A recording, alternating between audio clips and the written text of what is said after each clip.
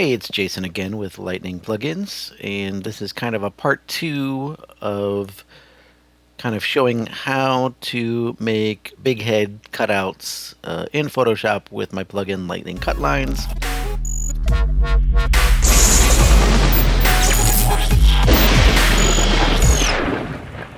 This is going to mostly talk about not the plugin, but kind of the process of making cutlines the easy way, and I'll show you a little slightly harder way.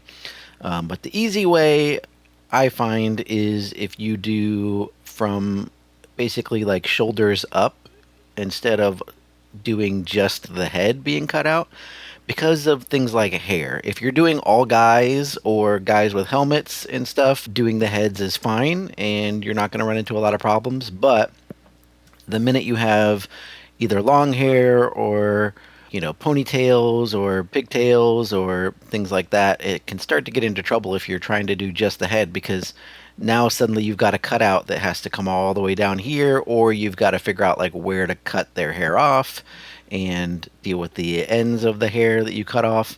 You've got to deal with, cutting the hair out of the clothing. It gets way more complicated. I will show you kind of how I do that if you do want to do that, but I'm going to first talk you through the easiest way, which I feel like is just doing shoulders up. So the first thing, if you don't already have your image cut out, I know a lot of people will have their images cut out from a service or something, but if you don't, the easiest way is just using the remove background.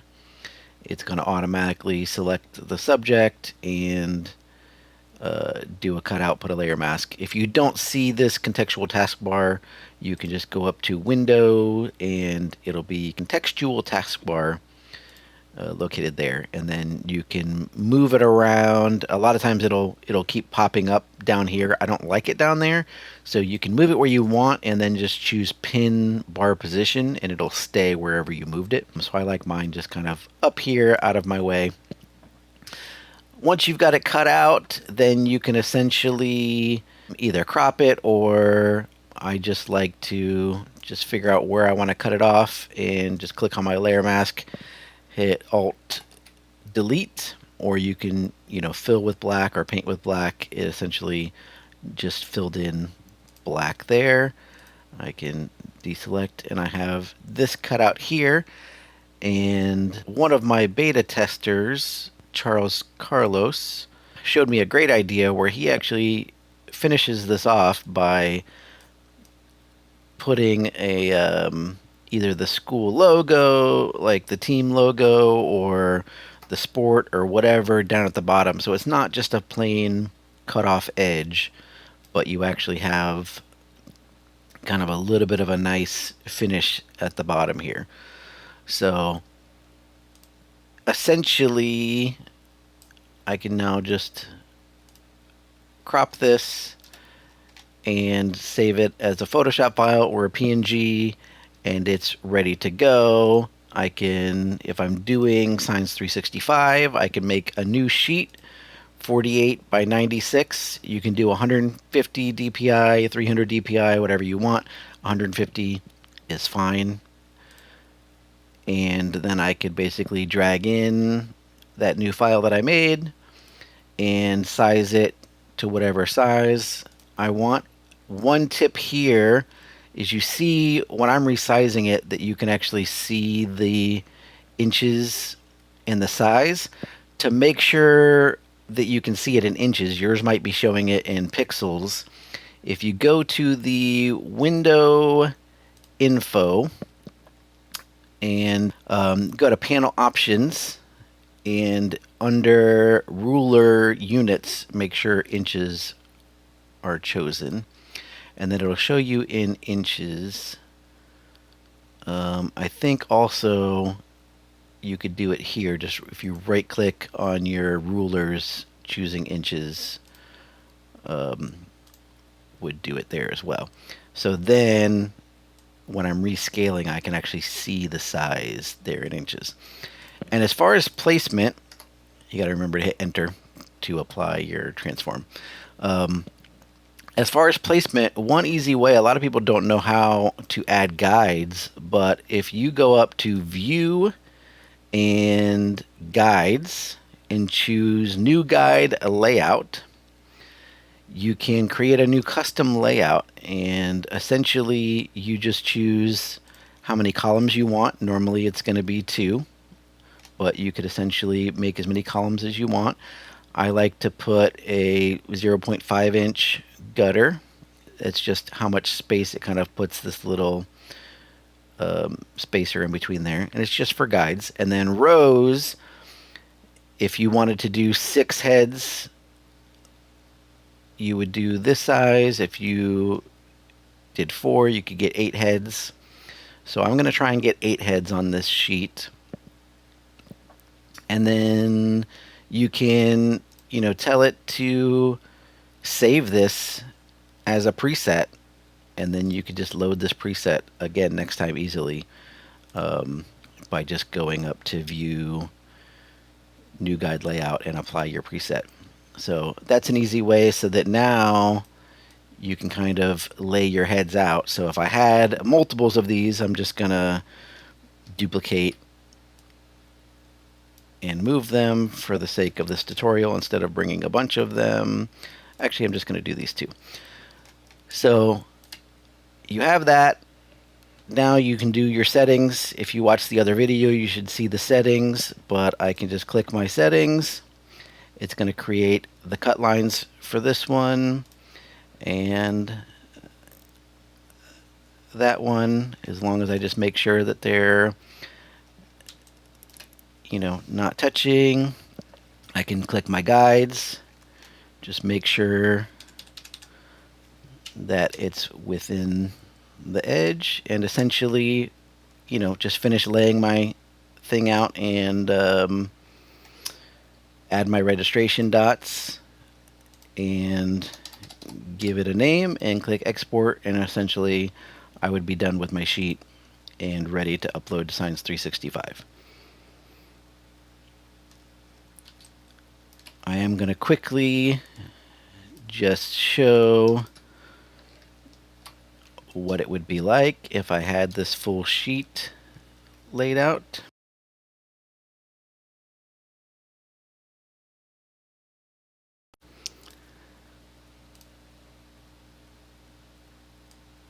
Alright, so there's a preview. I've got all my cuts, this full sheet laid out. I'm going to hit export. It's going to ask me if I want to overwrite because I already used that name. I say OK. And say OK. I have my art file and I have my cut file.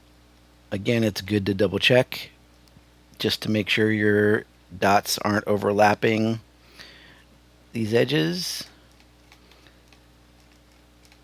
They all look good. Everything looks good. This file would be great. I am going to quickly show you how to do it in Science 365, how to upload. Most people are going to be doing the rigid Coro.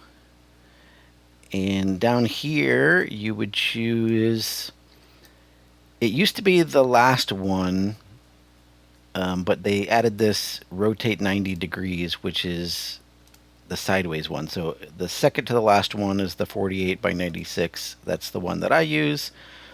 And you can choose your material, single side, no. So all this kind of as is. And then under images, click there. And you're going to click here to load an image. You're going to upload an image and choose your file that you just created. It does take a few seconds to upload and process, so you just have to be patient. I'm going to fast forward that a little bit. Okay, once it's finished uploading, you select your file. It's going to show you. I've heard that not everybody sees this preview. It has always worked for me, but I know some people, I guess depending on your browser, you might not see this preview, but hopefully you do. Over here, if you've done everything right so far, you should see the option to add contour cut. If you click there, it's going to ask you to choose your file. I'm going to choose the associated underscore cut file that the plugin has created for you. I only have the one in this folder, so I've only seen the one. And then it's going to tell you it's going to add an additional 24 hours. You hit OK, use cut file, and it should show you this preview. Sometimes the preview, like if you look up here, it doesn't look like the dots line up exactly. I've added it to my cart and gotten in the chat with them and confirmed that it all looks fine. It's just their preview isn't super accurate in here. But you get the gist. As long as you see the cutouts look like they're close, then you should be good. You can always add it to your cart and then get on the chat with them and they can look at it and confirm. But I've yet to have a problem. You are always going to see this warning. Anytime you add a cut line, it's going to show you this warning that says rigid projects ordered with contour cut must have a minimum cut area of 36 inches, blah, blah, blah. That goes any cut file has that, so don't panic and think that there's anything wrong. You add it to your cart and you're ready to go. That's how you do it in Science 365. Back in here, let's talk about doing, if you wanted to do just heads. Here's how I do the cutouts for just heads. I like to use the object selection tool, which, you know, if you're in one of the newer versions of Photoshop, you should have this object selection tool. And then that kind of does this thing where when you highlight over, it shows you different objects in your scene that it's trying to highlight. Right now, it just sees this guy. I like to go here and turn that overlay off because I find it annoying that it keeps flashing on me. So I just go here to the settings, put never show overlay.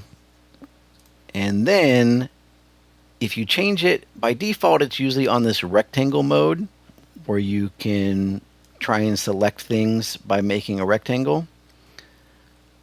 But for doing head cuts, it actually worked really well, actually. But for doing head cuts, I recommend changing it to lasso mode. And then that way you can just essentially select, this is what I want. And let the AI do its thing, and it's done a pretty good job. And then I can go down here and click this button to create a layer mask, and it's created a layer mask for me. Now, next, I have some actions that I made, and I will make available for free. These are not part of my plugin. These are not really something I support, but I am going to, make them available for you guys to hopefully make things easier for you. The first one is basically, I kind of made this just to remind myself because I don't do these all the time. So sometimes I need to remember, like, how did I do this? So the first one is basically just a reminder to use the object selection tool in lasso mode to select the head and the hair. And then next, add the layer mask, which I already did, so I can skip that step. And then next, I have add white background. It'll basically just add a white background layer behind there for me. And then I have this smooth chin. This one doesn't really need it, but essentially what this is going to do, if I click on the mask and either double click on the mask or with one of these selection tools, go up here to select and mask, I want to just smooth out this chin a little bit. And you could use the smooth slider, but it's often very slow. It is doing a pretty good job though. So you can use the smooth slider and come in here and do it manually. Or I found that the feather works very quickly and it doesn't look like it's doing what I want. However, if I turn the feather up and then turn this contrast up, it basically starts to look the same. So if I turn the contrast all the way up, the feather is now basically working as a big kind of smooth that works very quickly. So I can turn the contrast all the way up and kind of turn this feather up to where I get a nice good kind of edge here. I got to be careful because it does start to, if I go too far, it starts to move things out. But I just want to smooth out that bottom edge of the chin just a little bit, and then make sure output to layer mask is selected and hit OK.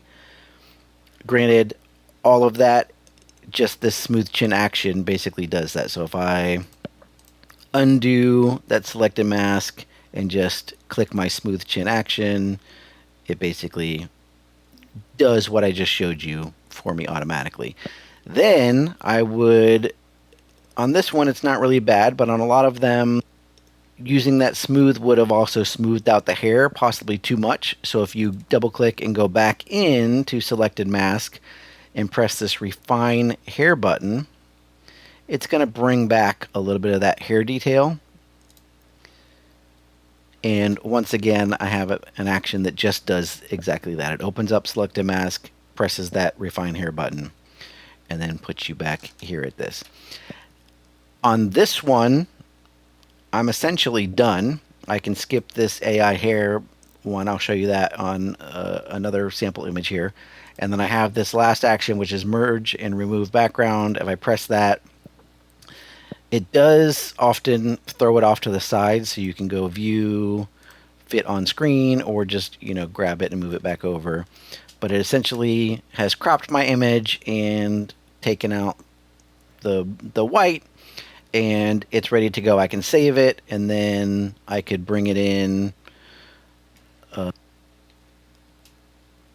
could drag it in here, scale it to the size that I want, press create cuts, and there you go. If I preview, this guy is pretty much ready to go. So that's how you can do just heads. If it's easy and you have short hair, it's going to be super easy. However, what if you start to have hair, long hair in particular? You can start to have problems. That's why I suggest doing the shoulder version so you don't have to deal with this. But if you are committed to doing the long hair, I will show you how I do that. Again, I do also recommend using the white border because it gives a lot more leeway with this kind of stuff, but let's just talk through this. So if we have this version, go through my action set. Okay, use the object selection tool, and I'm just going to select here that I'm going for. Let it do its magic and see how it does. Sometimes it does great like this. Other times it'll miss parts of the hair or something. If it does, you can just hold down Shift. I can basically add in that section. But you get the point. You want your selection of your girl here with her head. I'm going to click my next step, which is add layer mask. My next step, add white background. I'm going to click smooth the chin. It's going to smooth out her chin, but you see it also smoothed out all the hair. So now I'm going to refine hair. It's going to bring back some of that hair detail. And it's always just making this layer mask. So if at any time you wanted to come in here with a white brush and add in, some of this edge, so say it cut too much out of this, you can add that back in with the layer mask. Just be careful that you're not gonna, add too much like there. If you're on a white background, it shouldn't really matter, but in general, just make sure you're not kind of destroying this layer mask that you're making. I am going to use black and paint on this layer mask and kind of trim up some of this hair here. And you're probably asking yourself, how the heck do you plan on dealing with this? Like, this doesn't look good at all. And I agree. And I'm going to show you what I do. And you might think that I'm crazy, but I'm going to use a smaller brush with a little bit of a soft edge. I'm going to create a new layer. And I'm just going to come in here with the brush tool and sample some hair colors. And I'm going to basically just draw in to where if I am squinting, I'm also always like squinting, looking at my screen doing this. But if I was squinting my eyes, how do I feel like this hair would look and like come to an actual like end. This seems ridiculous,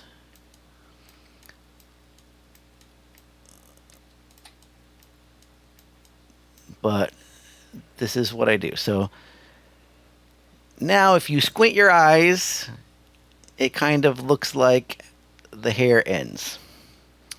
Then I'm going to take the lasso tool and select this section where I painted over, and then hold down shift and select this section of where I painted over. Now you don't want to go too far outside here. You just want to, stay fairly close to the stuff that you drew. And then I have this AI hair guided action, and I'm going to show you what it's doing. If you have this selection, there's a way that you can go into quick mask and then reselect your selection. You can fill with 50% gray and paint that on, and you saw a slight difference in this selection. It got a little bit more translucent. It basically selected only like a 50% transparency. So then when you go up here and use generative fill and type something like hair isolated on white background, it is going to look at what's underneath there and just use that to kind of guide what it's creating. So if you use just the generative fill on its own, it's going to just make up what it thinks is there. I'm going to just show you the difference. I'm just going to use this guy as an example. If I were to make a selection of his hair and just use generative fill and type hair on white background and hit generate, it's going to, the AI is going to guess and give some options of what the hair looks like, but it's kind of based upon the rest of the image outside of the selection, not what's in the selection. So it gives me these. They're all kind of different, and every time you generate it, it could be completely different. It could be a buzz cut, it could be this. But if I were to say have something ridiculous like this painted in and do the same thing where I'm going to just select this area and use the AI hair guided action, it is now going to not only reference the outside of the selection, but also somewhat what's inside the selection is going to influence what it generates. So it should do something ridiculous, and it put some kind of ribbons or something, but essentially you can see that what I had painted in obviously influenced the generation, whereas before it was just kind of blindly doing a generation. So when I'm trying to make those extra hair ends, it's kind of fun to play with. But using this action, at least a lot of times, kind of helps get me closer to what I'm trying to do, if that makes sense. And there you go. So like it's giving me 3 options. You can click through here if you don't see this. It's the properties panel, and it'll give you options. I can't guarantee this is always going to work. It's AI. Sometimes it goes crazy and will, put random objects in the hair or just do really wild stuff. Sometimes it's fun to see what it does. But generally, if you don't like what you see, you can click it again and just kind of keep trying it until it gives you something you're looking for. You can also go in here and change the wording. So like if it's really curly hair, you could add in, comma curly or something, and it might help you. But so you see it's giving me several options. Let's say that I like this one as my hair, although I think, yeah, I like this one the best. Also, if I wanted to go in here and just kind of make this edge look a little nicer, I could select that area and also just click my AI hair guided action and see if it helps. Yeah, so that kind of helps smooth out that hair. And here's my head cut. I can do my last option. So I have all of these generative fill layers and stuff here, but if I click this last merge and remove background action, it's going to move everything down to a smart object and put the layer mask on it. Again, I can save that as a Photoshop file or a PNG, and then I could bring it in if I had a cut layer. I can scale it to the size that I want and click my create cuts and check it out. It looks pretty good. So ready to go. So that's the slightly more advanced way, and I will make those actions available. Now you can do the same thing and do no border and generate bleed, and instead of having that white outline around, you could have the cut right against the head. The bleed doesn't always work great in this case, so like you're gonna see some little areas here.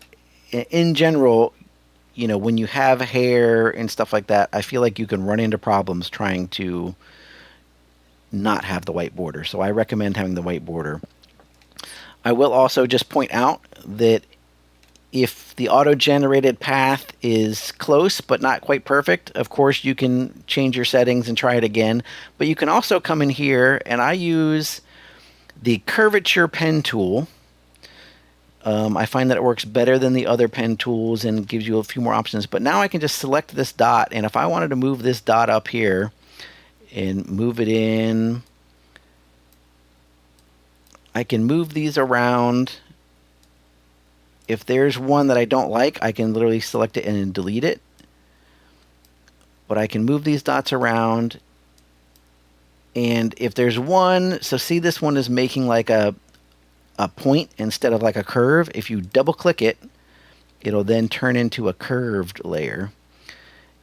So you can move these around. You can add another one if you need to try and clean it up. So you can be as detailed as you want and try and go in and clean these things up. I recommend doing it. If you know how to use the pen tool, go to town. If you don't know how to use it, the curvature pen tool I find slightly easier to use. And look at my preview, and like there's my cutout of this girl. So that's pretty much it. Hopefully that helps you. I will put a link in the description for where to get these actions. And the plugin you can get at lightningplugins.com, and hopefully it'll make your life a lot easier making big heads.